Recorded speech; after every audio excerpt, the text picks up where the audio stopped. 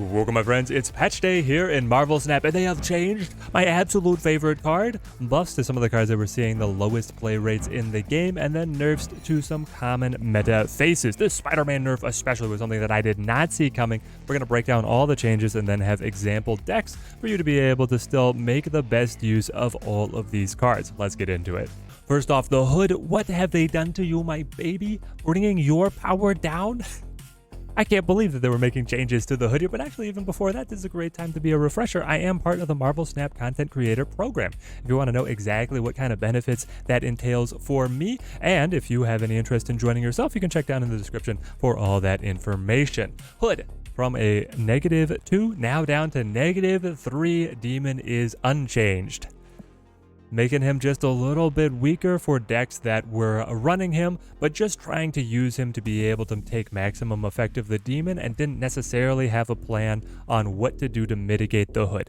Most of the decks, if you're building a competent set of synergies, are going to be able to have a way to take care of the Hood, so I am actually fine with this change. I don't see it as too much of a nerf. If you're running him in bounce, then you can quite easily just return him back into hand and then hold on to the -3 so that it's not affecting your board presence, or you can play in conjunction with the Bast. Bast is still going to pick him up to 3 power regardless of what his starting point is, which is one of the reasons Bast is just so insane to me. And if you are playing in conjunction with Miss Viper, then that combo got even better, which is something that I'm even looking forward to playing around with. I love the From Viper with Love style of clutter decks, and I can't wait to see what kind of mischief we can get up to with this Hood. This pushing Hood farther negative, making the more extreme combos more profitable, I actually really like as a change. And then you have the downside of if you're not able to mitigate his -3, you're caught with the extra, holding the bag on the extra -1 power, but the Demon is still going to be able to more than make up for that.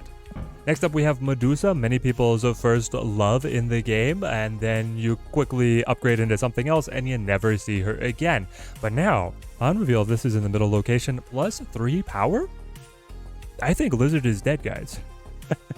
They had such a subtle nerf to Lizard in one of the previous changes, bringing his ability down to ongoing -4 power if his location is filled up. I think Medusa is just the Lizard killer at this point. Play her on mid to be able to develop this premium 2/5 stat line. Also, this is like a Star-Lord killer for sure. Star-Lord is sitting over here crying at how much harder it is to activate his ability than it is for Medusa. Being able to play her to the central location is restricting, but it's also not that bad.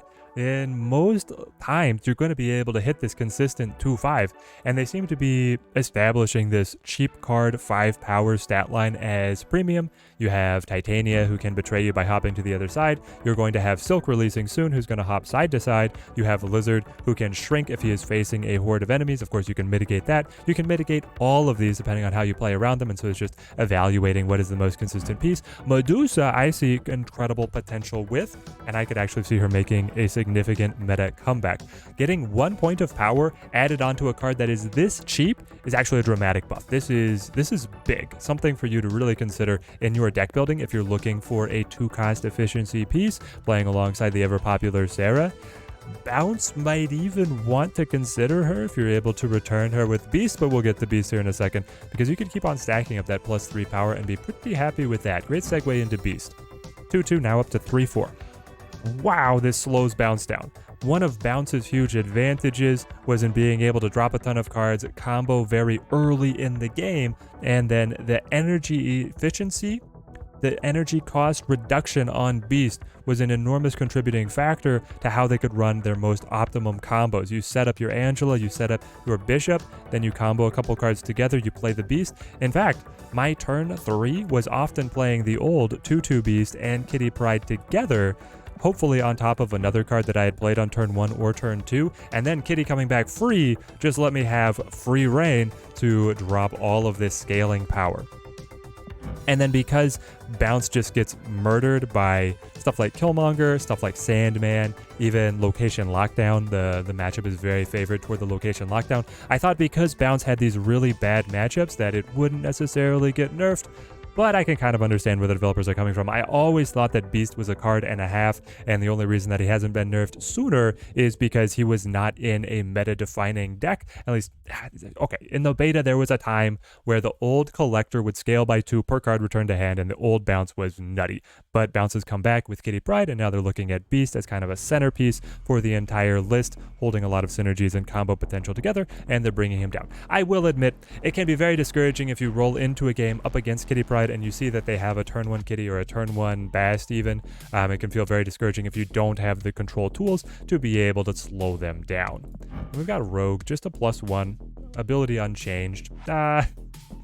So listen, if you're trying to play Surfer, it does get a little bit better. Surfer is fine right now. The control tools are good. I think a lot of them are underrepresented.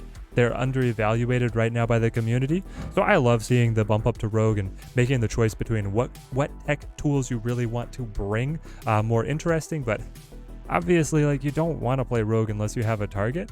And if she has a target, then her value is incredible. If she doesn't have a target, being a 2 power versus a 1 power is such a minor difference. We'll see how much this really changes in terms of her getting to see play. It is nice being able to see something that could potentially get through a Goose if Goose becomes a little bit more popular. But then again, because of the random nature of her targeting the ongoing ability, Goose is honestly still protecting stuff because the Goose could be a target for the Rogue, and that's obviously not what the person playing Rogue wants to be stealing. So I've got a great idea for how to be able to incorporate Rogue and some of these other cards, but we'll leave that in a second. I don't think this is going to shake up her meta representation all that much. And then the big one, the Spider-Man. 4-3 to 5-4. The Zabu synergy is broken. You don't get that extra energy efficiency. And the oh-so-common turn 5 Spider-Man out of the High Evolutionary deck has now been broken down. We should flip over to that list. HE, lock 'em up, baby. Take me in. I love that new editing feature. So, everybody was trying to play Spider-Man on 5 and then pass 1 energy to be able to buff Hulk by 2, trigger Cyclops for another 2, buff their Sunspot by 1, and let Misty Knight buff by 1 again. So if you're looking across the board at what this means, it means, well, Spider-Man is now representing 1 more point. So it's taking 5 points away from the High Evolutionary lockdown deck versus what it had been able to do before. That's really significant. It's a big slap on the wrist for this deck, but this deck is still so good. I think that Spider-Man is still going to be able to be played. His effect is so powerful. It's just the community has finally woken up to really understanding how amazing it is alongside location lockdown to just be able to solo win you games by having a Spider-Man at the right timing. Now at 5-4, honestly, I think that he pushes Professor X out of the way. You get a little bit higher priority because you still have the freedom of following up to the locked down lane, whereas Professor X is just locking it down for all time. Now, of course, there's a lot of nuance in evaluating the 2 abilities against each other because Professor X is also preventing cards from being destroyed, preventing cards from being moved into the location. If Move becomes more popular, which throughout this season I think that it will, and especially with Silk releasing right around the corner, she can be a way to sneak her way in through those Spidey webs, and that kind of interplay is something that I'm really excited about seeing if Spider-Man maintains his spot as being more popular than Professor X. I think he is still worth it. I would still run him in this High Evolutionary deck. If I was trying to climb to Infinite right now, I'm already at Infinite, I would be running something like this for the most consistent climb possible. This list seems to be just incredibly powerful. You can snap largely based on what you see in your hand rather than needing to read matchups or location draws for yourself. If you're happy with your hand and you think that you've hit the right combos of establishing Sunspot, Nebula, Cyclops early on, and you're holding the Spider-Man with the Hulk to finish, that's all you need. That's all you need to be able to bring the pain. You've also got the Storm early lockdown, which is so powerful. You can fit in the Lockjaw as a bit of an energy cheat, and you're rocking the Dr. Doom as a all-arounder failsafe. I love what the list is doing. We'll see if they target more nerfs at it. I would ultimately like to be able to see some nerfs to the abilities on some of these cards, and then the High Evolutionary himself get a stat line that is increased to the point that you could see him actually getting played to the board himself. That would be really nice to me. Similar to what happened to Thanos, right? Thanos was a dead card. You were just bringing him along for the stones, but then they eventually changed it around so that Thanos could see the board in more situations. I would like to see that for happen to High Evolutionary as well. Not sure what cards I'm calling out as I would like to see nerfs to. Cyclops, one of the most popular ones. I want Hulk to stay the same. I'm not in the camp of nerf Hulk. I want Hulk to really be able to smash. He's such an iconic character, and he's been done dirty otherwise in terms of only being a 12 power vanilla card. Here in High Evolutionary, he gets to live his life. Let him keep on doing that.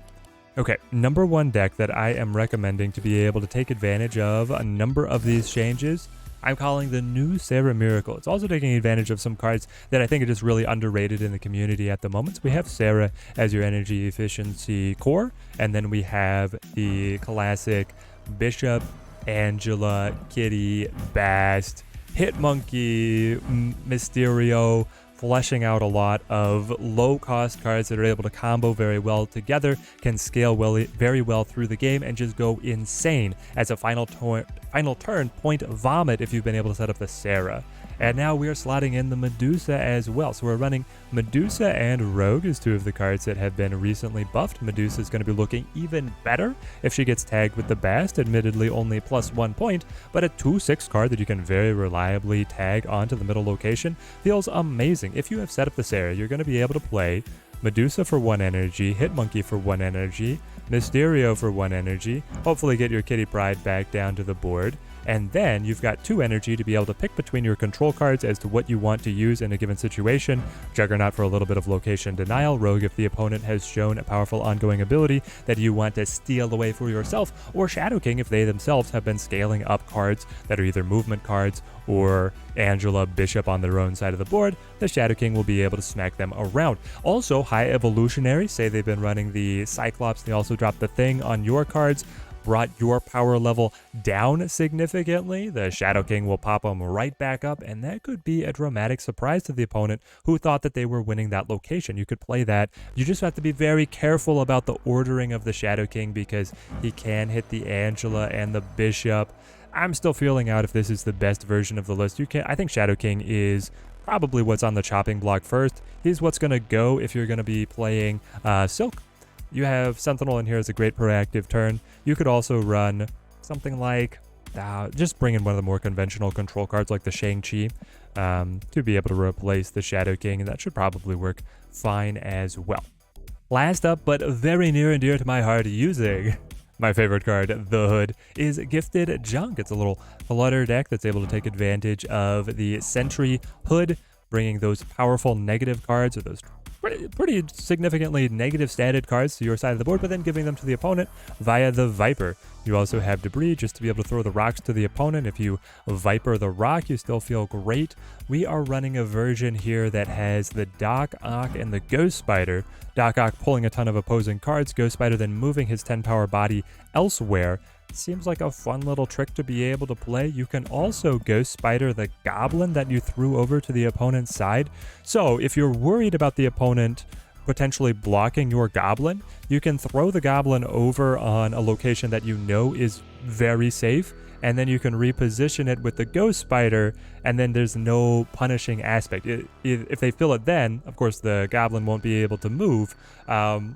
But if they're not filling it, then you're free to be able to slide it over. So it's a fun little mix of interplay there. We've got the Daredevil to be able to have some more consistency in terms of finding where we want to style our final turn combos. If we haven't found the Viper, then the Carnage is just the trash man. He's going to be able to gobble up the Hood and the Void as well. So a great way to be able to still match that. Also, if you're just holding Sentry until the final turn, you could most likely be able to drop him down, and then between the extra card spam of the Debris and being able to drop Wasp very easily as a space filler, you could completely fill the rightmost location, and then there's no space for the Void to be able to spawn. So I love the idea of this list. I've been playing around with so many different versions of the Junk archetype. You can, of course, slide in the Nebula. She goes very well in here. Also, you could drop the Wasp, or you could drop the Daredevil. If you don't like the Ghost Spider, Dr. Octopus, or you don't have the Ghost Spider, you could drop those in favor of Gamora. There's just a whole suite of cards that do very well here together. But I do want to call out also, you've got the Titania Green Goblin combo that can very aggressively attack the opponent's board space as well. The Polaris to be able to consolidate rocks on their side of the board. So you're looking to be able to lock down one location very early and then stack a number of powerful stats between Sentry and Doc Ock to be able to just outpace your opponent in that second location. Really fun. Doesn't really have any bad matchups. It feels like it's on you. You have the most control over the outcome of the match in terms of how you predict your opponent's plays and what you're able to do with the control pieces and the order that you draw them in. So it always feels like a really fun match to be able to play out. If you guys pick up any of these lists, I hope they earn you many cubes on your climb up to infinite. Would love to hear your thoughts on these changes down below. I've seen some wildly differing opinions on the different cards that got hit. Especially Spider-Man was becoming so beloved to so many people that seeing him nerfed right here I think came out as a dramatic surprise. And also people who were loving Bounce, seeing Beast getting hit, pretty crazy. Are you guys going to be picking up the Medusa? Do you guys agree, especially on Medusa just absolutely killing Lizard? I don't see any reason to run Lizard now unless you are really deep on the ongoing synergy and running Luke Cage as well. Anyway, I'll see you down in the comments. Read all of those. Love chatting everything Snap down there. Till next time, thank you guys for watching. Keep on snapping.